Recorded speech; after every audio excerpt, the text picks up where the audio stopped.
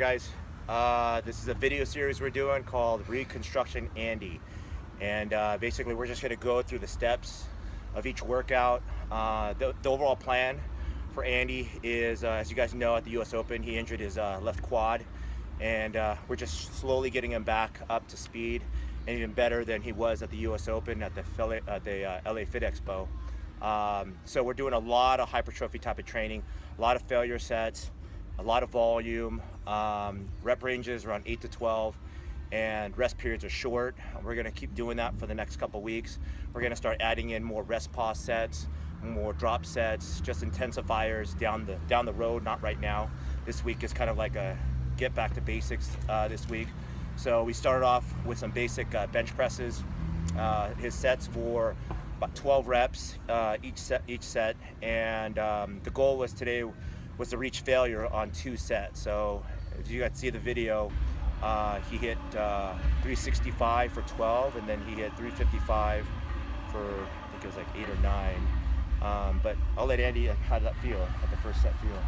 Well, it's challenging because I rarely go up to 12 reps on bench, and then also these last 8 months or 8 weeks after the meet, I've kind of not really been following a set plan. So everything's been kind of how I feel that day, and day to day is just different. So I really have no real goals. But now that I have starting a program and have to hit these numbers, when he tells me to go failure, it absolutely means failure. So to do that on bench press, it's really hard, and I'm just quite not used to that. But even if anything over 12 reps on a compound movement, it's just killer. So today was definitely tough, getting back into it, hitting those reps. And once you hit failure, he has me do 2 sets. So right there, you're already pre-fatigued, so you have to go down in weight, and that's really humbling, having to lower the weights. But I know that right now the goal isn't just the number on the, or how much weight's on the bar. It's really just fatiguing my muscles and tearing as much fibers as I can, and then just really getting my body in better shape too. So he's, like I said, he's not used to the higher rep ranges. Most powerlifters aren't. I tend to like the higher rep ranges for hypertrophy work, and I do scale it back down. But right now we are going to work in that range. The next exercise that we moved on to was the actual incline barbell presses.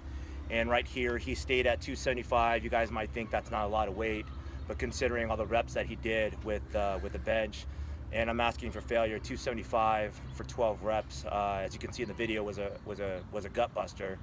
And then we went back down to 245, and he didn't even get 12. So how did that feel going into it? I know you're kind of unstable with the weight. Yeah, I mean, going into that, like I said, I'm already fatigued, and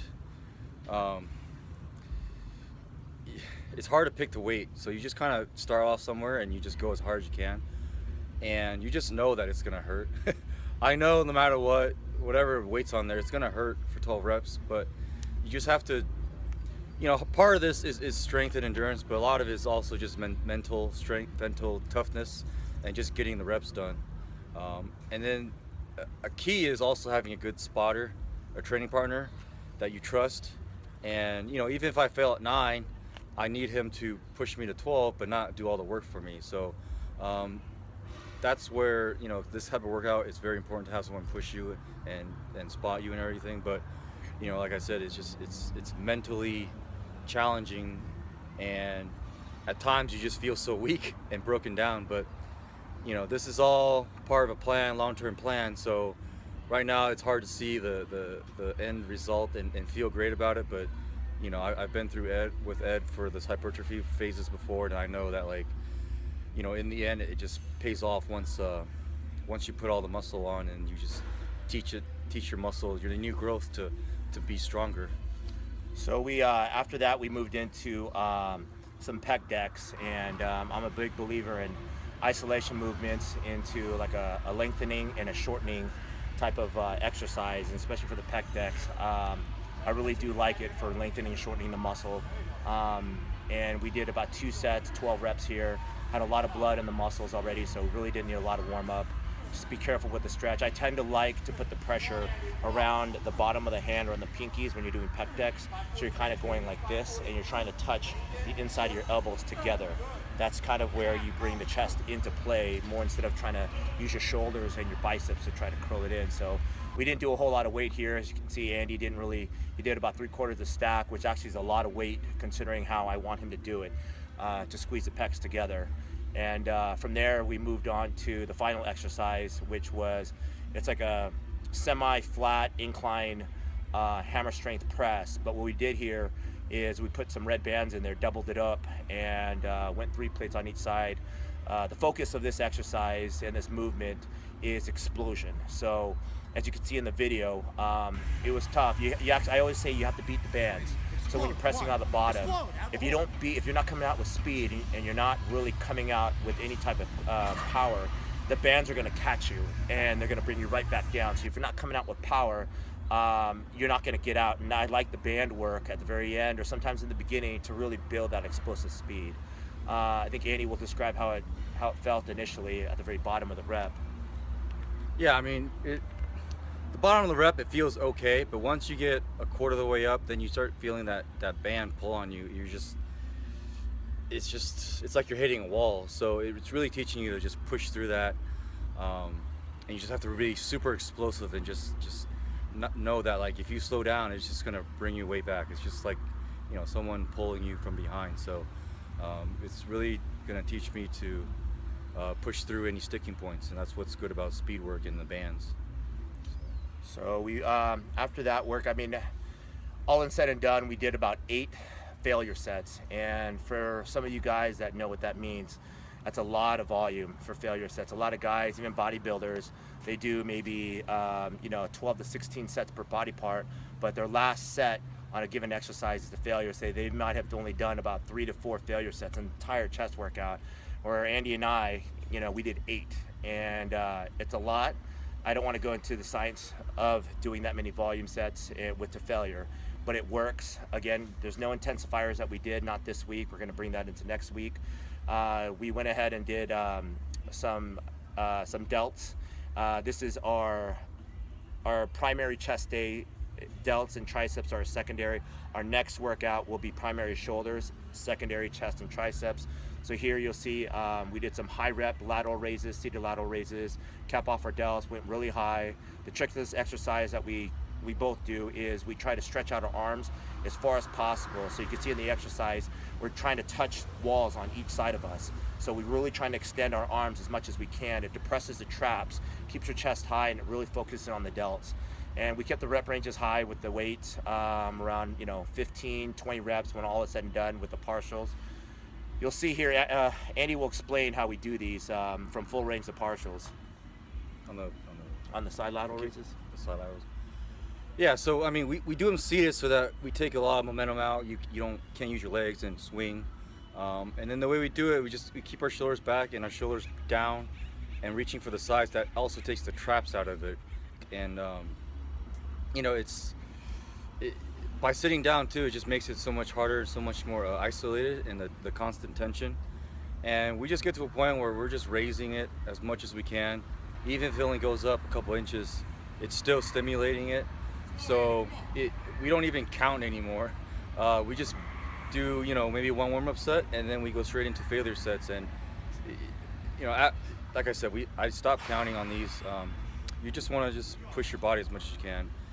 Even sometimes when I think I'm failing, it'll just say like 10 more, and in your head you're just like, what the fuck? But he puts that number on my head, I have to hit it. So you never know what your body's capable of until you truly go to failure. And every day is going to be different. So you just have to take advantage of what you have that day. No matter how you feel going into it. Once you get into it, you just have to go to a different zone and just push it. And that's what's great about the isolation exercises that you don't get from compound movements and powerlifting. You could just push your body past failure safely and not hurt yourself and still get a lot of benefit out of it. As you can see, Andy and I both pushing. I really push Andy on these to even go partials and beyond. It's something that you can really just go to town with. And I basically have Andy going until he can't even move his arms. Even with that, you'll see our next exercise is the side cable lateral raises. And here you'll notice that neither Andy and I go all the way up on the movement. It's because we're trying to concentrate on the bottom portion. We want to go midway and go right back down, and we want to make sure the tension is at the bottom. So when you're pulling, we're actually pulling the, here, we'll move around here, let's get out of the light here. When you're actually pulling the bottom portion, you're going to feel that pull at the bottom, and then you're going to feel the contraction at the top and the midpoint. You really want to focus in on those, in that little range, not going all the way up, because you're trying to get the bottom of the side delt, and you can really actually feel the burn when you're actually doing that. And so here we do, again, it's partial range movements, high reps, anywhere between 15 to 25. Like I said, it's not a weight contest here. We actually pin at the lightest weight, and we tend to go. And then we just finish off with some triceps. We did some row push downs, to failure, around 8 to 10, and then we capped it off with inverted closed grip push downs for the inner head.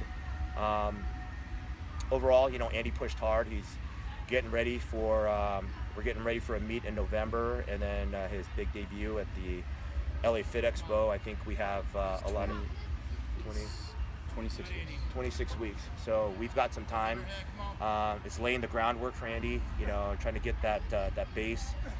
He's big as it is. He's got a lot of muscle on him, but you could always, my whole philosophy, anybody who's been following my type of training, is I try to lay a lot of groundwork, the foundation for a strength and a power phase in the later stages. But I really do feel the off-season hypertrophy phase is probably one of the most important phases to really build a proper groundwork to actually get yourself to the next levels. I think once you hit a strength phase and once you hit a peak phase, those have already been established by your hypertrophy phase, and that's always my philosophy.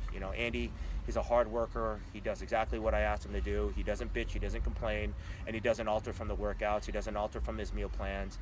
And you couldn't ask for anything more in an athlete. Yeah, I mean, just for all the lifters out there who powerlift and are questioning or have questions about this bodybuilding workouts. I'm at a point where I can't compete all the time, and the weights I lift when I'm peaking, it's so hard on my joints, on my body, that I just can't do that year round. And doing all this bodybuilding work, it's still getting you stronger. I mean, if this week I'm doing 365 for 12, and in 2 months I'm doing 405 for 12, that automatically ups my percentage on everything. So my one rep max will go up too. So this is just as much foundation for just as important for getting stronger as the strength phase and the peak phase. And also all these higher reps, it's giving me more practice at my lifts. So you have all these reps, more reps to do, perfect your form, but also you're giving your joints a rest, and you just have to be patient. I've been lifting for 17 years. I'm still trying to grow muscle.